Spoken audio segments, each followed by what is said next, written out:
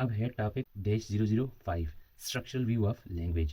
اس کا اردو زبان میں ترجمہ ہے اور اردو زبان میں اس کو سمجھتے ہیں موضوع 005 زبان کا ساختیاتی نقطۂ نظر. According to Chomsky syntactic structure 1957, a language is a set of finite or infinite sentence. According to Chomsky syntactic structure 1957, a language is a set of finite or infinite sentences.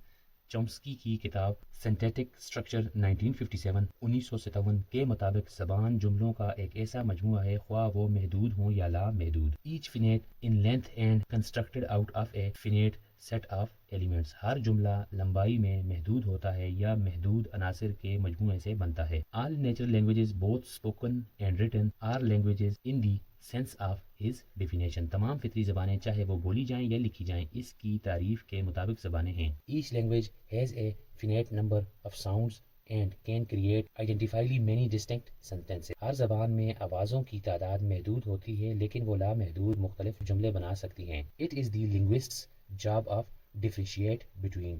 لسانیات کے ماہر کا کام یہ ہے کہ وہ فرق کرے sentence and non sentence sequences.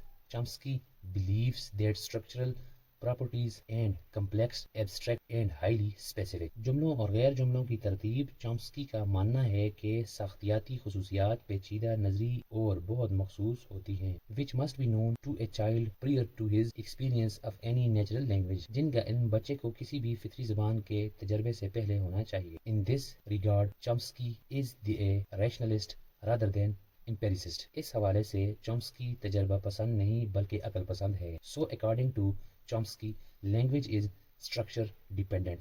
تو چومسکی کے مطابق زبان ساخت پر منحصر ہے. The definition encompasses truly structural properties of language.